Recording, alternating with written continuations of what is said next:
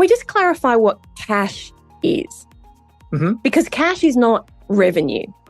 And I think a lot of people get very confused about the difference between cash flow and how much money I'm making. So can we dig into that a little bit?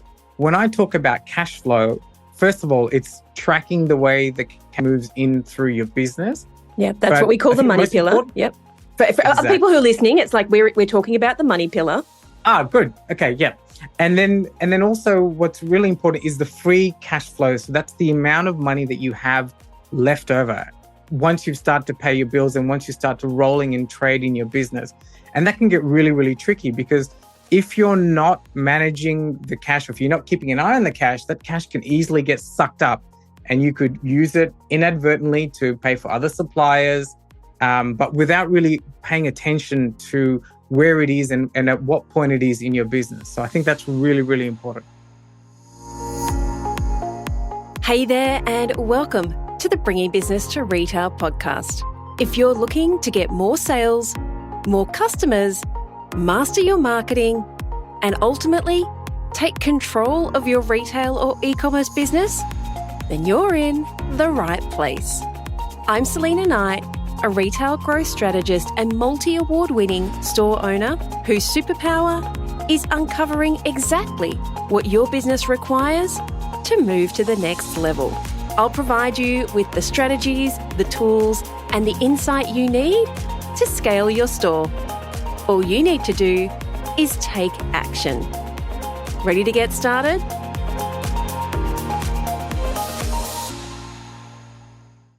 Shut the front door. Can you believe it is already February? OMG, where has 2023 gone? Maybe I'm just getting old. I mean, heck, I just went to get my tire puncture repaired and the lovely young man called me ma'am. I feel like I've officially gone from miss to ma'am, which means I am officially old. So now I get to say all those things that old people say, like, oh my God, I can't believe it's February already. Who's with me on that one? Well, I can say that for me, January 2023 has been an absolute whirlwind of getting stuff done. I really feel like our business has next leveled. And I know sometimes it's really hard to work out when that happens, but I'm looking at myself, just the things that I'm doing as the CEO of my business, forming companies in different countries and bringing on fractional CMOs and having conversations about the growth of my business that I have to admit, I didn't know that I would be having these kinds of conversations where I'm at right now. And it's freaking awesome. I mean, sure, there are problems that happen when you own your own business. You know that. I know that. But it's kind of nice being at this point in business when it seems like everything works. So the thorn in my side is always social media. I love speaking. I love doing this podcast. I love live events and talking to you guys one-on-one. But I have always, well, not always, because I've been around on social media since right at the beginning, I felt like I burnt out a very, very long time ago. And so I decided to throw all of the ideas, all of the current what you should do to get yourself seen on Instagram out the window and just do what I do best, speaking and strategy. And so I've been going live on Instagram every single day and giving you my thoughts, my insight. Now, some of them have worked really, really well and gotten a lot of traction. Others, not so much. And that was when I really had to step back, which was just this past weekend, and look at how much value I'm providing to my customers. That's you guys. I don't want to be taking up somebody's bandwidth. I don't want to be taking up someone's very precious time with stuff that doesn't help, the stuff that provides absolutely no value. And so it was a really great opportunity for me to, one, just put the commitment out there that I was going to go live every single day, which I did for just over 3 weeks, I think it was. And then on the weekend, I just decided to have a day off. When I started this experiment, I didn't really think it through. Was every day, every weekday? Was it every day, including the weekend and the public holidays that came along with it, or not? And when it came to last Sunday, I was exhausted. I had a huge weekend. I had an event that I'd planned. I had a dinner with a friend, and then I was doing some work around the house, which was like full on. And then I had people coming to my house for dinner, and it got to the end of the day and I just thought, if I get on and do another Instagram live, I'm literally just doing it for the sake of it. And that provides no value to anyone. And so the next day, which was yesterday, I did go live and say the reason I didn't go live was because I didn't believe I could provide any value on that day and time. It really gave me the opportunity to sit back and look at, one, how much content I have created. This podcast has over 450 episodes, and how much it lights me up to be able to help people grow their businesses. I try and get into Facebook group and answer people's questions when I can. And of course, I have my own clients and customers, you guys who are inside of my courses and my programs and my mentorship. And that takes a lot of my bandwidth. But I realized that sometimes I was making things really difficult and I was trying to think of content when I already had content. I mean, there's a pretty good chance that if you are listening, you didn't hear episode 25 of this podcast because that was 5 years ago. And even if you did, do you remember it? And so I kind of realized that I had all this content. Why not just go back a few years and see what I was talking about? Was it still relevant? And if it wasn't still relevant, then how could I bring that up in a conversation and say, hey, 3 years ago, I talked about what was working in e-commerce and that's very different to what's working right now. It's a huge relief to think you don't have to be doing everything brand new again. And it's the same for you guys. You can send out an email newsletter that is almost identical to the email newsletter that you sent out 18 months ago. If it worked, do it again. Because there's a pretty good chance that your customers won't remember. And even if they do, they liked it the first time. So why wouldn't they like it again? I just think that we get so hung up on trying to reinvent the wheel and constantly be thinking of new stuff that we sometimes forget to just sit back on our laurels and go, here's the stuff that worked. I should do more of that. And that is my word of advice for today. Do more of what works. Yes, business growth can be that simple. So my main outcome, my main objective of going live on Instagram every single day wasn't necessarily to get more followers, although that has happened. It was to try and connect with the people who are following me in a way that makes them want to hang out more. And obviously, the more that your customers or followers want to hang out with you, the more likely they are to turn into customers. And it sounds so basic and so transactional, but realistically, that's what social media is for. When you are in business, social media is about having a community of people who love what you sell and want to buy from you. They want to hear from you. And so my objective was to try and connect with my followers, number one. Number two, potentially get more followers. Number three, turn the followers that I've got into customers, because that's what I use social media for. And I think a lot of the times we post on social media all the time and we forget that if you're putting the energy and the effort in to use social media as a marketing tool, it has to give you a return on investment. You can do it for fun if that's what you want to do as a hobby, but when you're doing it for business, every moment that you spend creating content or uploading content or that you pay someone to do that is money that is going out of your account. And so it has to translate. It has to give you some kind of return on investment, which I think is probably the perfect segue to talk about today's guest. Today's guest is a fellow, ex-Aussie. His name is Alvin Narsey, and he trained as a pharmacist in Melbourne, Australia.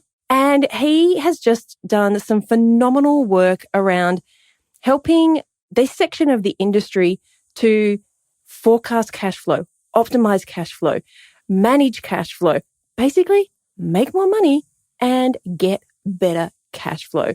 And I love the fact that we also talk about how we both use other people's money to grow and how we leverage cash flow in our business. So let's talk all about money with Alvin Narsey and also Remember, if you want to come and hang out with me on Instagram, I am the Selena Knight, and you can come and listen to my daily lives. You might even get lucky, and if you ask me a question, I could give you some free business advice.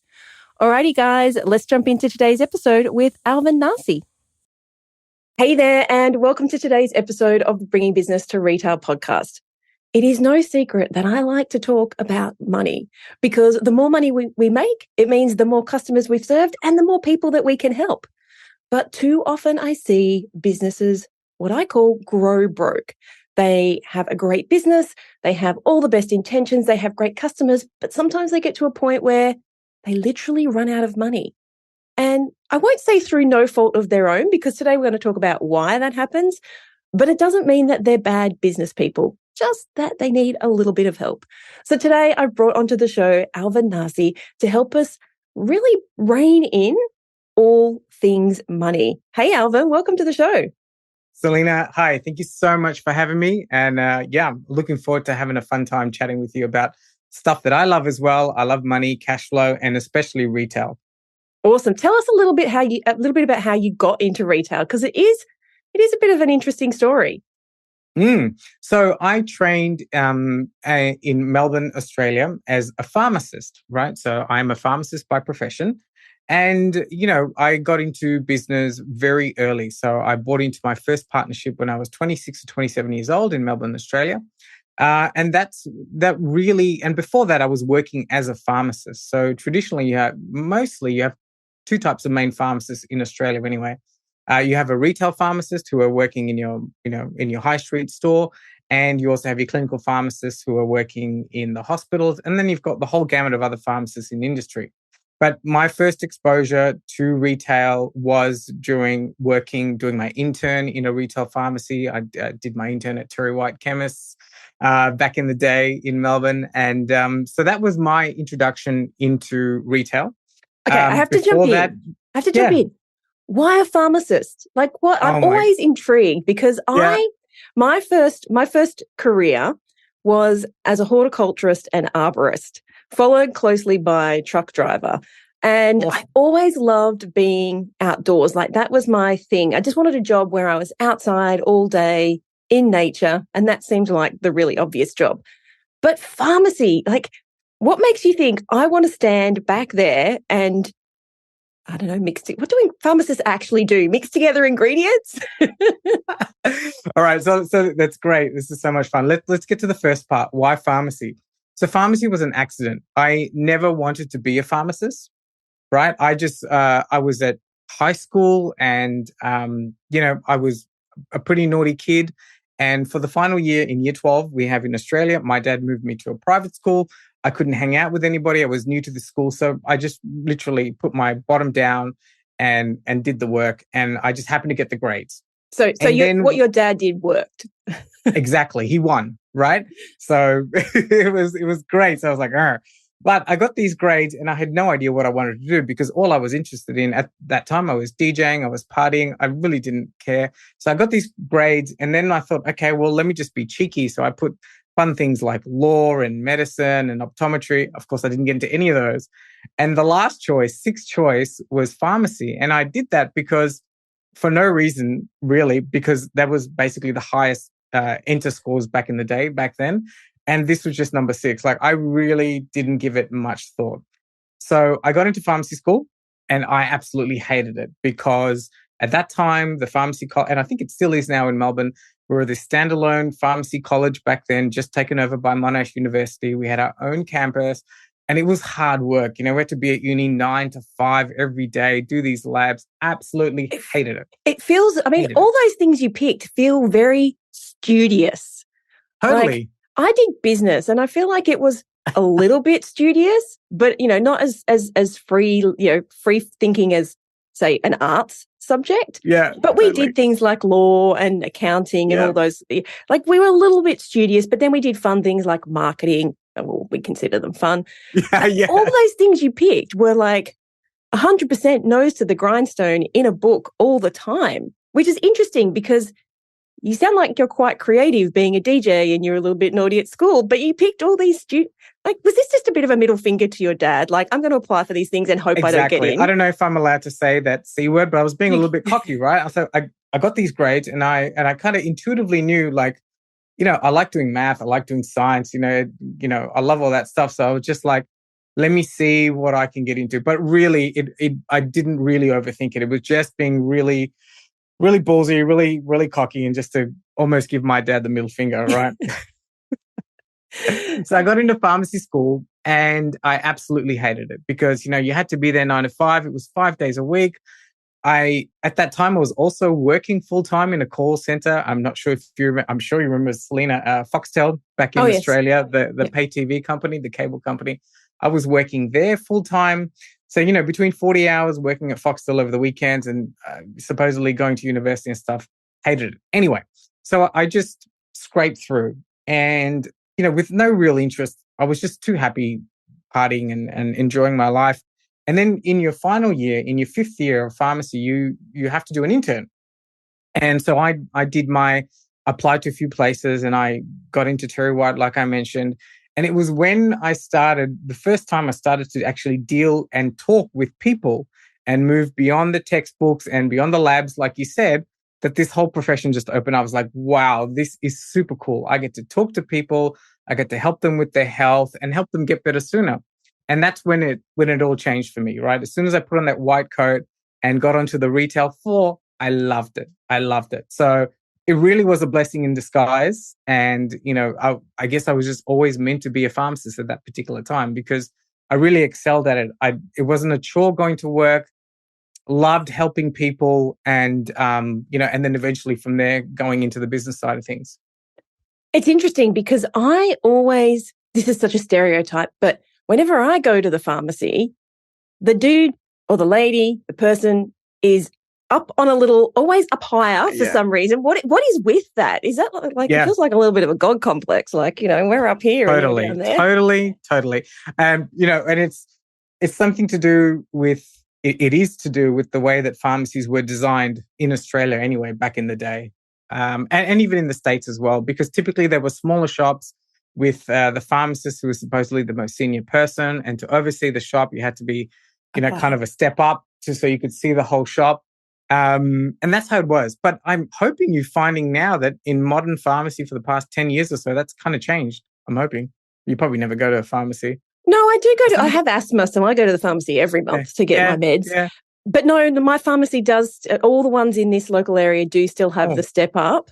And you never talk to them. Like I always get the lady at the counter, always a lady at the counter saying, have you used these before? Yes, I get them every month. Okay, to the pharmacist. She's used them before. Yep, it's good to go. Maybe I just don't have great pharmacists, but I am interested about the fact that you say that the profession is changing to be more holistic and to actually engage with customers. And, kudos to you to actually be doing that back in the day. Yes. But it does still seem to me like a bit of an us and them thing. But maybe I just don't have progressive pharmacists in my area. I think so. From my experience, and I sold my last business over a year ago now. But yes, it is changing. It is moving more towards this model of exactly what you said, which is what clients in the market want, is they want to walk into a pharmacy and be engaged with a pharmacist. And a lot of the brands and a lot of, I don't say I'm an innovator, but, I was young and excited about the profession. I was willing to try new things.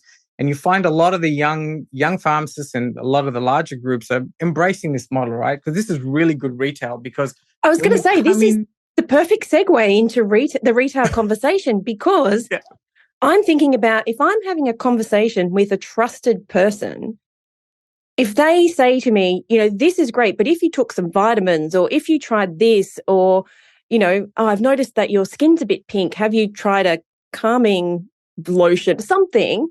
You're more likely to say yes. It's like going to the hairdresser. It's like, going to a great vet who then upsells you. I don't feel upsold. I feel like you actually care about me as a person. Exactly. And this is the great thing about the pharmacy profession. And I would argue really any retail gig that you have, right? Because any good retailer will, you have a customer presented in front of you. You listen to everything that they need. You ask the right questions, and then you solve their problem. And every good retailer should provide the complete solution. And when you provide the complete solution, and I'm preaching to the converted already, right? You know this, but when you provide the complete solution, like, your customer is supremely happy because like, oh my God, yes, this is exactly what I need. And as a pharmacist or as a retailer, you're not really selling, you're just solving their problems, and it's just happy days. I know we're going to jump into cash flow first, but this is a really interesting conversation about like addressing all those customer needs. And as much as I am never one to say how amazing big box retailers are, I have to sit back and look at companies in Australia like Chemist Warehouse and the other big discount chain I can't think of right now. But you go in and they have pretty much everything you need. Like they have makeup, they have the pharmacy stuff is almost like an afterthought. Like I can get my hair dye, I can get my makeup, I can get my vitamins, I can get stuff for my dog. I can get my protein shakes. And that concept of being able to get the things that I need in one place is what brings customers in. And it doesn't really matter what kind of store you are, but if you have niched down to just one thing, let's just talk about, say, fashion. If you just sell clothes and you don't sell accessories, then you're missing out on giving that holistic experience to your customers. So clearly you were a bit of an innovator back in your day. Yeah. So tell me about the rise of retail. Yeah. So where were we? Yeah, the rise of retail. So are you referring to my story particularly? Yeah, your story. Yeah, your story. Yeah, absolutely. So anyway, got into my first business when I was 27 years old in a partnership. And of course, I was really young. I was really motivated. I had no idea how to run a business. It was always important to me to get results quickly. I guess that's the impatient nature and always trying to hack the curve. And I worked with my first business coach, Casey, who I've worked with for a while over a few businesses. And he taught me all sorts of crazy things. And then from there, I was with a partnership, like I mentioned. We opened up other shops. We sold a few shops. And then I eventually went out on my own and then ended up, building a few businesses from there. And then, one of the main things that my first business coach, Casey, taught me was to, make sure you work on the business, have it run without you. And he also taught me the fundamentals with setting up your business properly, because I was really excited on trying out all these crazy marketing techniques and doing all the sexy stuff, right, to grow the business. But he showed me to take a step back, set up the fundamentals first. And, even the other business coaches I work with as well, they showed me that same process. And, a couple of years later, when I'd bought and sold a few, I kind of forgot all that and I was getting really, really big in my head. And, I ran into a little bit of cash flow problems and I was like, hey, what's going on here? And then I remembered the basics. Like I'm not following the basic rules that were taught to me when I initially, started to grow my businesses and do really well. And once I went back to the foundations, which I'm sure we're going to talk about, that's when everything started to get back into line. And, it's just about sticking to the fundamentals and really working on, I was really seduced by the concept of revenue and high turnover. And then I went back to the concept of really focusing on my cash flow and profitability, because that was the most important thing that was going to drive the value of my business up. It was actually going to fund my lifestyle and everything that I wanted to do. So that's my retail story. And then, fast forward to COVID, great time to be in the pharmacy business. And so, I would always set up my businesses so that we could sell them the next week. And that's one of the benefits of working with a coach, right? Because they teach you need to set up systems, procedures, blah, blah, blah. So COVID hit. It was a really, really good time, especially in pharmacy land. And decided to put the shop on the market, got a really good price, and sold it it was on the market for like 10 days.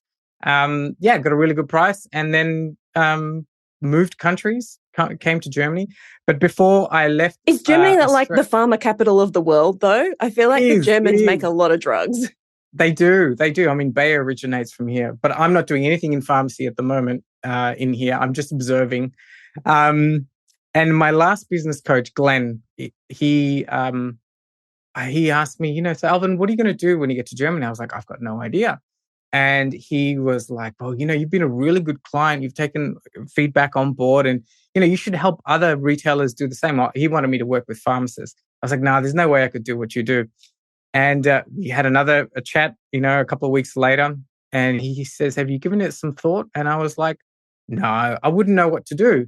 And he gave me this really good advice. He goes, "If you could go back and talk to young 26, 27-year-old Alvin, what would you tell him, And I was like, "Oh my God, that's so perfect." So that's exactly what I'm doing now, is helping other retailers, not necessarily pharmacists, even though we have a few pharmacy clients, helping other retailers improve their cash flow and profitability so that they can, create more time and leverage and freedom for themselves. So that's my retail story. So we are the competition, and yet here we are still having a fabulous chat. Well, I think we spoke about this earlier, right? The world is so big. I really believe in an abundant mindset, and there's so many people that we can help, and I can't help everybody. You may be able to help a lot of people as well, but and different markets and people all over the world. I mainly focus on US, and I've got a couple of clients in Australia and Canada, but yeah, there's more than enough for that. More than enough for it to go around. Okay, I have a few questions. The first one is the fundamentals. I am with you on that, because we do get cocky. We do get to the point when you've done this before, when you want to focus on bigger marketing or better marketing or building more impact, or the not so boring stuff. And then if you find that the wheels fall off, you do have to go back and just go, I need to take my own advice here. I mean, that's one of the things that we do inside of our program, Scale Your Store, is those fundamentals, but also the 90-day plan. And I think you have something similar where you map out, this is what we're going to achieve, and this is the results we're expecting, and this is how we keep ourselves on track. Mm-hmm. Mm-hmm. But let's jump into growing broke. So you've worked with a lot of businesses. You've had your own business.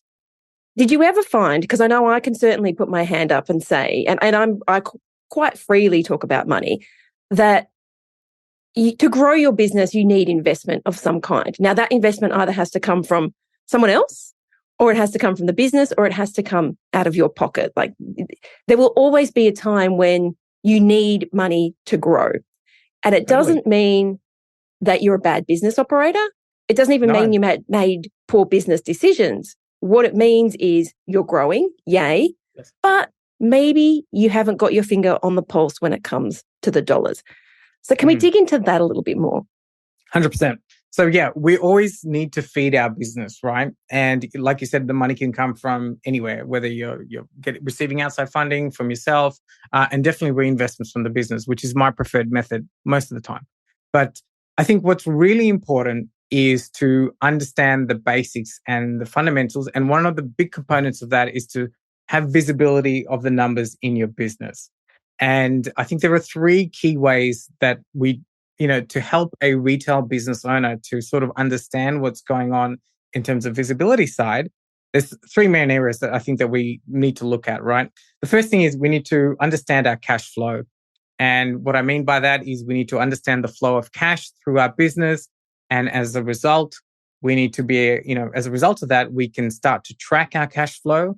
And just as a pause there, the first time I was taught to do that. And, when I show my clients how to do that, it's almost like you're wearing X-ray glasses, right? It's the most simplest thing. And, I think that's the other thing that a lot of retail business owners make. They overcomplicate the cash. Overcomplicate everything. Yes. Got to make it 10 times more difficult than it actually is. Exactly. And part of that is not the crazy, but the really good software that we use, MyOb and, what's the other one? QuickBooks. Yep. And the other really famous one, which I can't remember at the moment. But, part of that is a function of the software that we're using. But when I say cash flow and when I say track, record, forecast our cash flow, it's really for us as the retail business owner to really look at the numbers. And the best way to do that, because, we're super busy. We're running our store. Mary's hasn't rocked up to her shift. We've got all these other fires to put out. And we want to be able to do that really, really simply. And I think just tracking it really, really simply with a simple spreadsheet and just logging into our internet banking and doing it on a weekly basis in the case of us retailers, I think is really, really important. So that's the first part of the visibility component. Can I just jump in there and say, yeah, can we just clarify what cash is? Mm-hmm. Because cash is not revenue. And I think a No. lot of people get very confused about the difference between cash flow and how much money I'm making. So can we dig into that a little bit? Yeah, absolutely. So, okay, revenue is the total amount of gross sales that you've had in your business, right? So you've sold products and that's all the cash that's gone in. When I talk about cash flow, first of all, it's tracking the way the cash moves in through your business. Yeah, that's But what we call I the think money most pillar. important- Yep. For Exactly. people who are listening, it's like we're talking about the money pillar. Ah, good. Okay, yeah. And then also what's really important is the free cash flow. So that's the amount of money that you have left over once you start to pay your bills and once you start to rolling and trade in your business. And that can get really, really tricky because if you're not managing the cash, or if you're not keeping an eye on the cash, that cash can easily get sucked up and you could use it inadvertently to pay for other suppliers, but without really paying attention to where it is and at what point it is in your business. So I think that's really, really important. Yeah. Okay. So we're going to record our cash flow. Yes. And you probably have a system. We have a system in our program, but you have a system. But realistically, what we're saying is it doesn't matter if it means you logging into your internet banking and having all your invoices there and all your outgoings and just putting this on a basic spreadsheet. Exactly. That's all it is. It's just really simple visibility. And just so we don't get really confused with everything that's going on, keep it really, really simple. Just look at what cash has gone into your business, what you've paid out that week, and what's left over at the end of the week. And then just start recording that for at least 12 weeks. Keep it really, really simple. And even that process just makes you go, wow, right? Yep. It sounds so simple, but every retailer that we work through this process with, it just really blows their mind. Do you find that they make more money when they start tracking it? I always find the minute that they start tracking it, all of a sudden increase. Yes, absolutely. There was something about, I can't remember who said this, but what gets measured gets managed, right? Oh, yes. Yeah. There's actually a name, Pearson's Law. Yeah, exactly. So just the mere process of doing that really simple exercise.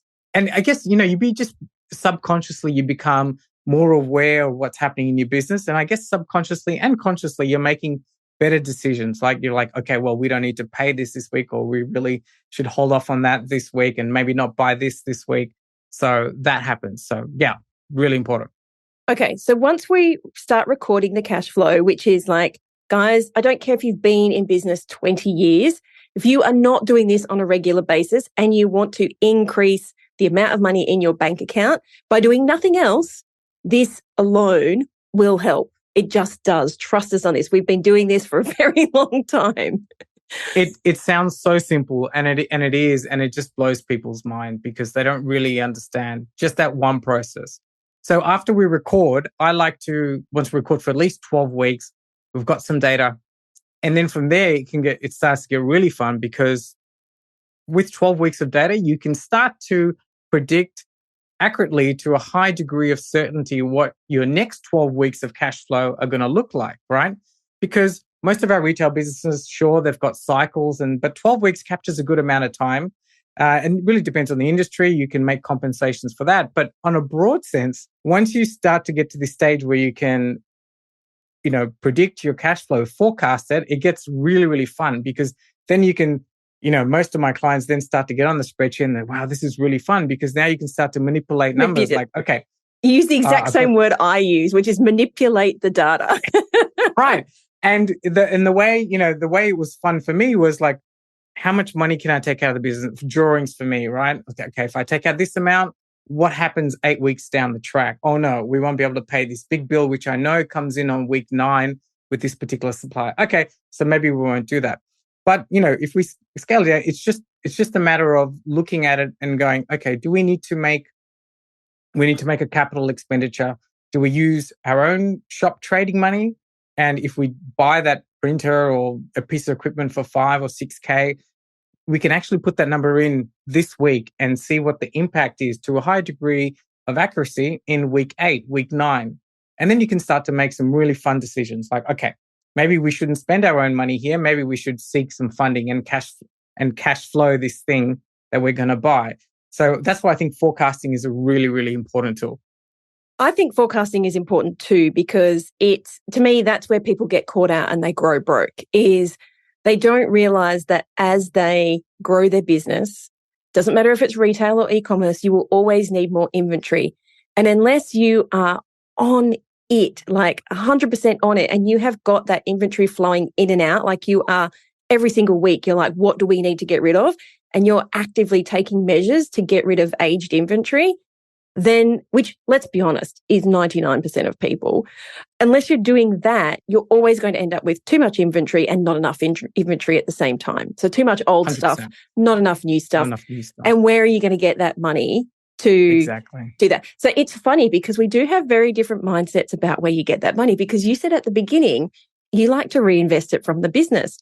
I like to use other people's money because generally it's cheaper. So it's, I mean, we're not going to get into a debate about that. That is, that's, you're going to have your reasons. I'm going to have my reasons, but mine is generally that generally speaking, the cost rate of cash now, the opportunity cost of me not having those liquid funds is more expensive than paying 5%, 10%, totally. 15%. Yep. Agreed. And this is where I think we are sort of pulling things back to simplistics, but this is where having like a virtual CFO works for you, because they love this stuff, and they will sit down and say, yes, it might cost you $400 a month to access this money, but what can you do with all this other money that you've got sitting in your own account? Exactly. So it's neither one is right or wrong, but it's just interesting that we have different opinions. And this is why we're saying there's room for everybody. And your system obviously works and my system works. We're not financial advisors. We don't make those calls. Do not make any business decisions based on what we talk about on this podcast. Totally. So let's just quickly jump into, how do you address this problem when your clients are growing and they need more money? Like, what are the warning signs to you that they might like tap out and hit a point where they've got this amazing business, but they have no money. They're almost insolvent. Yeah, absolutely. So, usually, like you said, we're growing really, really quickly, and, we're having to reinvest in our stock. And then all of a sudden we're looking at our bank balance and we're going, where's all the money gone? But the funny thing's happening is, like, our sales are going up and, we're turning over a lot more and we're moving stock, but just the money gets sucked up. So this happened to me. This happens to a lot of fast growing retailers as well. And it's just simply the fact that we haven't sort of obviously paid attention to where the cash is flowing through our business. And therefore we can start to make some intelligent decisions on how we actually start to pay our bills and when we actually go to the market and start purchasing from suppliers.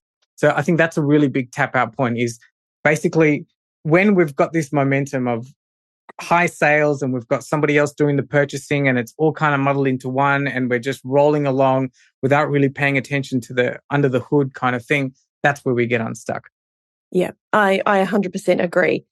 All right. Now that we have recorded our cash flow, we've done a bit of forecasting, I'd love to know what your tips are for leveraging money. What do you mean by leveraging money? Well, how do we make what we've got, this business that we've built, better and more profitable, and at the end of the day, put more money in our bank accounts? Because we don't do this for free. We're not a charity. Yes. So how do we leverage everything that we've built to serve more customers, but make more money for us as well? Yeah, absolutely. So one of the things that I like to do with my clients is really start to reinvest in our team, right? Because I'm all for building a business that works without us as a retail business owner to be there. So I think one of the key things that I think we should do is start to train our team. And I like to invest in our team. And I think this is an often underutilized aspect of retail business owners. For whatever reason, we don't like to invest in our team. And the main things with creating a rockstar team, is the way we put it together, is making sure that they've got the basic fundamental skills of customer service, obviously, and making sure that they really understand what they're selling in the business and making sure they're selling the most profitable products. And then from there, it's about creating systems in place so that your team actually run the day-to-day operations of your business. So that would be one of the key points that I have. Of course, the other thing that we do, which is very similar to what other people do, is also we start to manage our money a little bit better by putting money away into buckets so that, when it comes to, for instance, tax time, we've got money available. We almost like a profit first type system as well. Okay. You've worked with a lot of people when it comes to money. And I have this discussion quite often is, do men and women think differently about money? So I would like to ask you, firsthand experience, what do you see are, let's say, the barriers for people not wanting to take control of their money? I say they hide from the numbers. So do you see this, or is it just time? Okay. So do you think it's men more than women, or women more than men, or it's equally spread? Wow. That's a really good question. I would say, I mean, just based on my little data pool of people that I work with, I think it's more the men than the women that kind of put their head in the sand. Okay, so I think it's women. So clearly it's neither. Yeah. It must be neither, right? I think from my experience, that it's just the women retailers I work with, they're kind of more aware that they need to get this sorted, but they sort of, they kind of look at it from the periphery. Whereas the guys, I think they're just too interested in growing the business, and they really put their head in the sand with this other stuff. Okay, so why? Why do you think people fear the numbers? We've talked about what they do, like they stand on the periphery, they put their head in the sand. But why? What do you think? I'd love to hear your interpretation of why you think. Why are people scared of money? Yes, I really don't know, but I can base it on what I've observed, and really for me, and it's really just a lack of understanding. It's almost like just a fear of the unknown, and because really no one ever teaches us how to manage money, right? And it's something so unfamiliar, especially when it comes to running a business, that it almost feels like if we just tuck it away, we can just keep going and keep doing the things that we always have been doing, and it'll resolve itself. But unfortunately, with a real life live business, it comes apart pretty quickly. So I think there's a little bit of psychology and a little bit of education piece in there as well that kind of meshes together for that part. Fun fact, I actually failed accounting twice at university. I ended up getting it right the third time with some help. But when I moved into having my own business, I remember, I can still see in my head the day standing behind the shop counter with an Excel spreadsheet, and it was like a light bulb went off and I went, oh my God, it's just money. Like, it's not numbers on it. When it was my money and it was in this bank account and I owed this money, and which is ridiculous because I have always been so anal about money. I've been on my own since I was 14. So I was very aware of where all my money was going. And so accounting didn't work for me because no one actually said to me, imagine, in university, no one actually said, just imagine these are 4 different bank accounts, or just imagine that the money going out is money that you owe people. When that happened, it all made sense. And I just thought, oh my God, that's like 3 semesters that I wasted. And someone who just told me it was money, it probably would have made a lot more sense. Totally. I wonder why they don't explain it like that. Because like you said, when they explain it like it's just money and it's just buckets of money that you need to sort of move around, a lot of people, it just immediately resonates with people, and it's a lot easier for people to handle. I'm not sure accounting jargon are meant for accountants, right? And, clearly we're not accountants. In the balance sheets, but when you simplify it, it goes from maths. It just makes it so much easier. Yeah, it goes from a maths equation into a real life experience. And it's like 18 years later. And I still remember that moment where it was like, oh my God, they were just talking about money. Exactly. which sounds so stupid.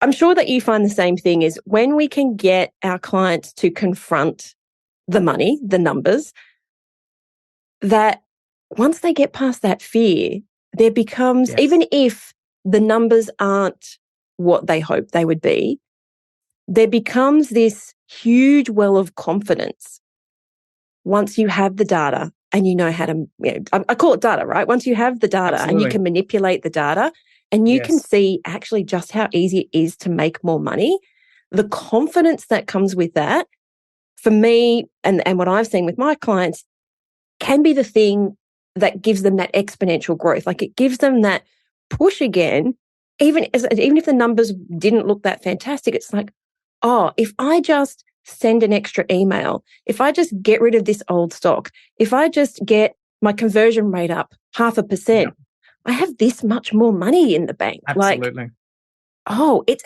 making money actually isn't that hard if you look at the numbers. Exactly. It's the whole confidence thing, right? And I think part of it is that, I mean, if we're working with an accountant or a bookkeeper, they send us all these reports, maybe monthly or quarterly. And it's so easy to look at all these numbers and go, what the hell does all this mean? Because very few accountants or bookkeepers, it's not their job anyway to explain all these numbers to you, right?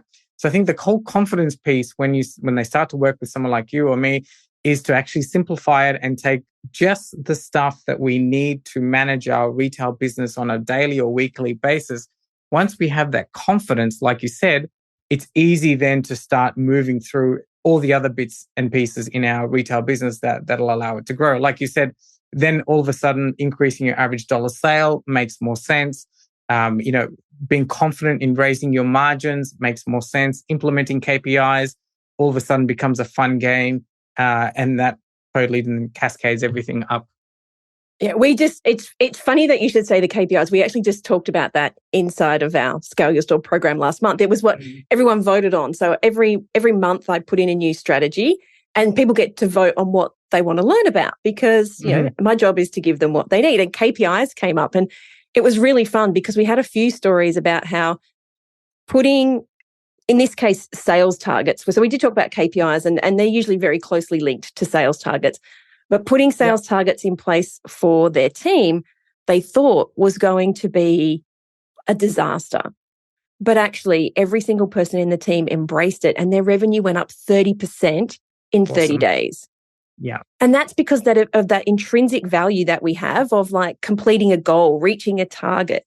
And if people don't know, and this doesn't matter if you're the business owner or if you're an employee, but if you don't know where you're going, then you can't celebrate when you get there and you can't manipulate that data. You can't make the decisions that you need to make to reach the goal because you're just getting up every single day and doing the same thing and hoping that things will change. Absolutely. And you're empowering your team as well by giving them transparency in the numbers. And, your team, most of your team are going to be there to, help your business, help your clients and customers, right? So when you start to have something like sales targets and, they get this little bit of ownership. And in most retail, nearly all retail businesses really that I've seen, even my own team, my old team, it starts to become a really, really fun game. And you could just get so much more team engagement, because like I'm sure with your KPIs, people got to track their own. You might have a graph in the staff room and then every week you might have a debrief and, you might get movie tickets if we hit the target as a team, etc. So all of that extra team engagement just sort of snowballs your business forward. Yeah, I used to have multiple stores and they would call each other when they got a big sale, or they'd hit a certain number and they'd go, I've hit my target already today. That's only 10 a.m. And that's nothing. That is just the fun. And like, I think we get so scared about our team leaving us that we actually forget those, Maslow's hierarchy of needs when it comes to work is we love challenges. Great team members love challenges. They love that empowerment. They love having that sense of ownership. And something as simple as sales targets can achieve that. And it doesn't do the reverse. All that will do is kick out the bad people, the people that aren't great in your business. Yes, which, by the way, I find that a lot of retailers, newer retailers are pretty scared of that, right? Because we have this mindset like, oh my God, it's going to be a challenge to find somebody else. I don't want to disrupt the ship, disrupt the boat or whatever. But I think it's so important to, once you get to the stage, we got to realize that this business has got to hum, this business has got to grow, and really we can't have the people that don't want to play. And once you start to engage your team, you're going to start to see people step up and really take the business forward, and then you're just going to have to let these other people go. And I think one of the other things I see retailers is, this whole concept of setting sales targets. It's a little bit, they feel a little bit scared. They're really unsure how to implement something like this. And, there's also a sense of perfection that I've seen as well in clients. They want to get this whole bit right. But I think that's, again, complicating it too much, and really just start with something and just roll it out from there, and get your team behind you, and gamify and celebrate the process. I think is so important. Yeah, I hear this, a warm body is better than nobody, especially, coming into the holiday season. But I find the opposite. I find that actually your team will rally around and do the extra to get rid of somebody who they resent being in the business in the first place. So yeah, totally. Don't have that fear, because you may end up losing someone fantastic as a result. Yes. And I think also that fear comes from, and the same thing for me back in the early days, but many retailers, like, we don't have a hiring process, right? Like we often hire on a whim, and it's like, oh my God, we need to put, I guess in Australia it's a seek ad or a last minute ad. But I think that once you have the confidence of knowing that you have a process in place, like we are always my retailers are always hiring, right? I'm not sure if you guys might have a similar process, but we're always looking for great people that we can bring into our business. But besides the point, it's that, insecurity of not having a process of where I'm going to find the next person. But once you've got that sorted, you can be a little bit more confident in, implementing all these other things. And if Mary or John isn't up to scratch, then, we can let them go. Yeah. Or they can leave. All right. We've had a great conversation about money. We've been talking for a long time, and I'm sure we could probably talk for a little more. Any final tips you'd like to finish up the conversation with? Yes. I think one of the things that I think is really, really important when I work with retailers and any business owner, really, I think it's really important to have a personal vision for yourself. And when I say personal vision, I'd love for you, just my tip, to take a step back and have a look at, okay, so you've got this business, but there's also you. And what do you want out of life? What do you want to achieve? What do you want to create? How do you want to live your life? And then look at how this business can create that for you. And I think that's I think it's a really big missing piece, that as retailers or as really business owners, really, that we don't have this in place. Because I think that personal vision is so important, because when things get tough, or when we're in a bit of a jam, or we're in this space where we need to really implement things and it's all getting too hard, I think it's really important that we fall back on this personal vision and this why. Why are we doing this? Why are we running this shop? And that'll propel us forward. So I think that's just a quick tip that I would have. I think that if people did nothing else, like, we'd love them to look at their money, but if you did nothing else and you just stood back and did that, to me, I 100% agree, because it's like, do you want a job? Or do you want a business that works for you? Do you want to be out of this in 5 years or 10 years or 15 years or never? And what does that look like for you? Because if you never want your business to end, if you never want to sell it, if you want to pass it down to your kids, what you build has to be very different and a very different timeline. And it's probably a lot more comforting. Like, I think quite often people think, I will just pass this on to something. But what if your kids don't want it? Exactly. Like, totally. You have to. I always think you have to build a business for sale, and you said that right back at the beginning of the conversation. I always think you should be in a position to sell your business at any time. And I think that even though if you want to pass it down to somebody, the timeline might look different. But if you can have that in the back of your head at all times, which is, if I had to sell this, because it's got to be an asset. If I had to sell this business tomorrow, would I get the most money I possibly could because I have put all the systems in place? Or can I only sell it to somebody else who just wants to buy themselves a job? Yeah, exactly.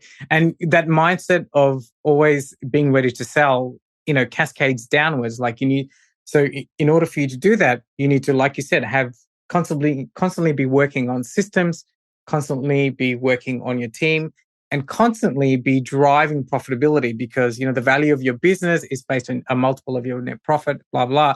But just having that in mind cascades down in all these other things that how you need to run your business to think that way. So it's just got so many other positive effects once you start to look at it that way. Such a great conversation. I had fun. Lots of touch points, lots of things that people can walk away with. So if people would love to connect with you, even though you are my competition, I think you do fabulous things.